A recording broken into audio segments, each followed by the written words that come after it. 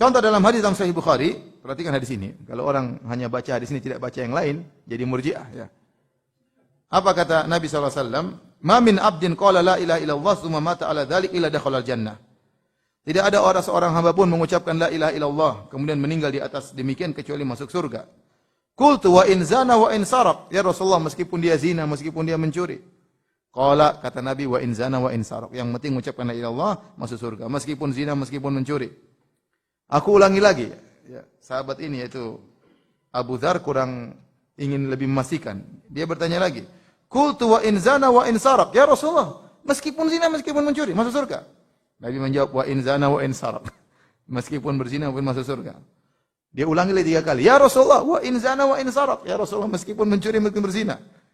Kata Nabi, wa in zana wa in saraq. Meskipun berzina dan mencuri. 4 kali dia berkata lagi, wa in zana wa in saraq. Ya Rasulullah, masuk surga meskipun mencuri, meskipun berzina.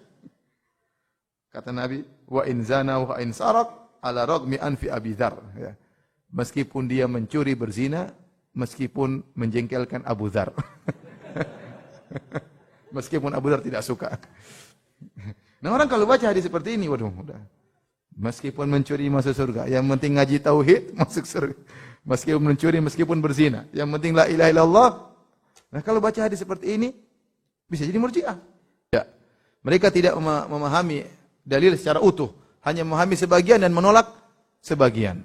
Ahlus sunnah tadi sudah kita sebutkan, tidak, mereka mengumpulkan seluruh dalil, mereka pahami dengan benar, mengkompromikan dalil-dalil yang sepertinya ada pertentangan, mereka kompromikan. Sebagai contoh, metode orang-orang Khawarij. Orang-orang Khawarij, ya, mereka hanya memperhatikan ayat-ayat dan hadis-hadis, ya, yang berisi tentang ancaman, dan mereka tidak memperhatikan hadis-hadis dan ayat-ayat yang isinya tentang harapan. Ya. Hanya melihat yang ancaman-ancaman saja. Sehingga akhirnya mereka mengkafirkan para pelaku dosa besar. Contoh seperti firman Allah, "Wa man yaqtul mu'minan muta'ammidan fajaza'uhu jahannam khalidan fiha." Barang siapa membunuh seorang mukmin dengan sengaja, maka balasannya adalah neraka jahanam kekal di dalamnya. Sehingga mereka memahami ayat ini bahwasanya orang membunuh orang lain kafir kekal. Dan ini pernah dikatakan oleh Amr bin Ubaid, dia berkata, "Yu'tabi yaumal qiyamah." Nanti pada hari kiamat aku akan dihadirkan di hadapan Allah, kata dia. Fa aqamu baina yadayillah, fa uqamu baina yadayillah. Kemudian aku diberdirikan di hadapan Allah Subhanahu wa taala. Fa yaqulu li. Kemudian Allah berkata kepadaku, "Lima qulta innal qatila finnar." Wahai Amr bin Ubaid, kenapa kau berkata pembunuh pasti masuk neraka jahanam? Fa aqulu anta qultahu. Aku akan menjawab Allah, aku berkata, "Ya Allah, Engkau yang mengucapkan dalam Al-Qur'an. Bukankah engkau berfirman, wa may yaqtul mu'minan muta'ammidan fajaza'u jahannamu khalidan fiha." Barang siapa membunuh seorang mukmin dengan sengaja, maka kekal di neraka. Qultu lahu, ya. Dan kata sang perawi yang menceritakan kisah Amr bin Ubaid ini, dia berkata, waktu itu aku orang paling kecil hadir di rumah. Maka aku bantah Amr bin Ubaid, aku berkata, "Ara'aita in qala laka?" Bagaimana kalau Allah berkata kepadamu, wahai Amr bin Ubaid, "Qad qultu innallaha la yaghfiru ayyushraka bihi wa yaghfiru ma duna dzalika liman yasha. Min aina alimta anni la asya'u an aghfir?"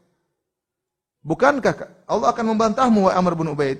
Bukankah aku telah berkata juga dalam Al-Quran, sungguhnya Allah tidak mengampuni dosa kesyirikan, dan Allah mengampuni dosa selain kesyirikan bagi yang Allah kehendaki. Artinya pembunuh itu membunuh bukan kesyirikan. Dari mana engkau Amr bin Ubaid tahu bahwasanya aku tidak akan mengampuni pembunuh ini? Akhirnya Amr bin Ubaid tidak bisa menjawab. Artinya apa? Dia hanya mengambil satu ayat, dia lupa ayat yang lain. Kalau orang hanya melihat ayat, "Wa may yaqtul mu'minan muta'ammidan fajaz jahannam khalidan fiha." Barang siapa membunuh orang masuk neraka kekal dalamnya. Orang bunuh berarti kafir. Tapi kalau dilihat ayat yang lain, sungguhnya Allah mengampuni dosa selain kesyirikan bagi yang Allah kehendaki. Berarti belum tentu apa? Kafir. Maka Ahlus Sunnah menggabungkan di antara keduanya. Seperti orang-orang ahlu ittihad, yaitu ahlul hulul, wahdatul wujud, ya. Mereka membaca firman Allah, "Wa ma ramaita idz ramaita walakinallaha rama." Kata mereka, wahai Muhammad, tidaklah engkau melempar tatkala engkau melempar kecuali Allah yang melempar. Berarti semua gerakan Rasulullah itu gerakan Allah Subhanahu wa taala. Mereka hanya satu ayat. Mereka hanya lihat firman Allah Subhanahu wa taala, ya, Wa huwa ma'akum aina ma kuntum. Allah selalu bersama kalian dimanapun kalian berada. Sehingga mereka meyakini Allah bersama mereka dalam jasad mereka. Repot. Mereka hanya melihat sebagian ayat. Mereka tidak lihat begitu banyak ayat. Rasulullah SAW berdoa kepada Allah. Rasulullah SAW ketemu dengan Allah dua zat yang berbeda. Dan banyak ayat yang menjelaskan Tuhan bukan manusia. Tuhan tidak pernah bersatu dengan manusia. Jadi repot, hanya ambil satu ayat kemudian yang lain tidak dilihat. Sama dengan orang-orang Murji'ah sebaliknya. Orang Murji'ah mereka hanya melihat hadis-hadis yang memberikan harapan. Sementara mereka lupa dengan hadis-hadis ayat yang memberi ancaman bagi orang pelaku maksiat masuk neraka jahanam. Contoh dalam hadis dalam Sahih Bukhari, perhatikan hadis ini. Kalau orang hanya baca hadis ini tidak baca yang lain, jadi Murji'ah ya. Apa kata Nabi SAW? Ma min abdin qala la ilaha illallah tsumma mata ala dzalik illa dakhala al-jannah. Tidak ada orang seorang hamba pun mengucapkan la ilaha illallah kemudian meninggal di atas demikian kecuali masuk surga. Qultu wa in zana wa in saraq. Ya Rasulullah, meskipun dia zina, meskipun dia mencuri. Qala, kata Nabi, wa in zana wa in saraq. Yang penting mengucapkan la ilaha illallah masuk surga, meskipun zina, meskipun mencuri. Aku ulangi lagi, ya, sahabat ini yaitu Abu Dzar kurang ingin lebih memastikan. Dia bertanya lagi, qultu wa in zana wa in saraq. Ya Rasulullah, meskipun zina, meskipun mencuri, masuk surga. Nabi menjawab, wa in zana wa in saraq. Meskipun berzina pun masuk surga. Dia ulangi lagi 3 kali. Ya Rasulullah, wa in zana wa in saraq. Ya Rasulullah, meskipun mencuri, meskipun berzina. Kata Nabi, wa in zana wa in saraq. Meskipun berzina dan mencuri. 4 kali dia berkata lagi, wa in zana wa in saraq. Ya Rasulullah, masuk surga meskipun mencuri, meskipun berzina. Kata Nabi, wa in zana wa in saraq ala ragmi anfi Abi Dzar. Ya. Meskipun dia mencuri, berzina, meskipun menjengkelkan Abu Dzar. Meskipun Abu Dzar tidak suka. Nah, orang kalau baca hadis seperti ini, waduh, udah. Meskipun mencuri masuk surga, yang penting ngaji tauhid masuk surga. Meskipun mencuri, meskipun berzina, yang penting la ilaha illallah. Nah, kalau baca hadis seperti ini bisa jadi Murji'ah.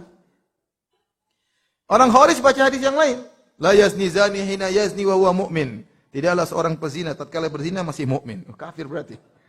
Wala yasriku sariq hina yasriq wa huwa mu'min. Tidaklah seorang mencuri tatkala sedang mencuri dalam kondisi mukmin. Kafir. Wala yashrabu syaribul khamr hina yashrabuha wa huwa mu'min. Tidaklah seorang peminum khamr sedang minum khamr dalam kondisi beriman. Nah, orang Khawarij lihat hadis ini. Nah, ke Ahlus Sunnah menggabungkan dua-duanya. Bahwasanya dimaksud ini beginian, dimaksud demikian ya. Kalau orang bertauhid dengan tauhidnya matang, tidak melakukan kesyirikan dan dikehendaki oleh Allah, maka maksiatnya bisa diampuni oleh Allah Subhanahu wa taala. Tidak semua pelaku dosa besar masuk apa? Neraka. Jika Allah berkehendak mengampuninya, Allah akan ampuni. Jadi, maksud saya, lihatlah bagaimana ahlul bidah, mereka hanya melihat sebagian dalil, melupakan dalil yang lain. Dan itu terjadi pada seluruh kelompok ahlul bidah. Adapun ahlus sunnah, maka mereka menggabungkan seluruh dalil, baru kemudian mereka mengambil kesimpulan.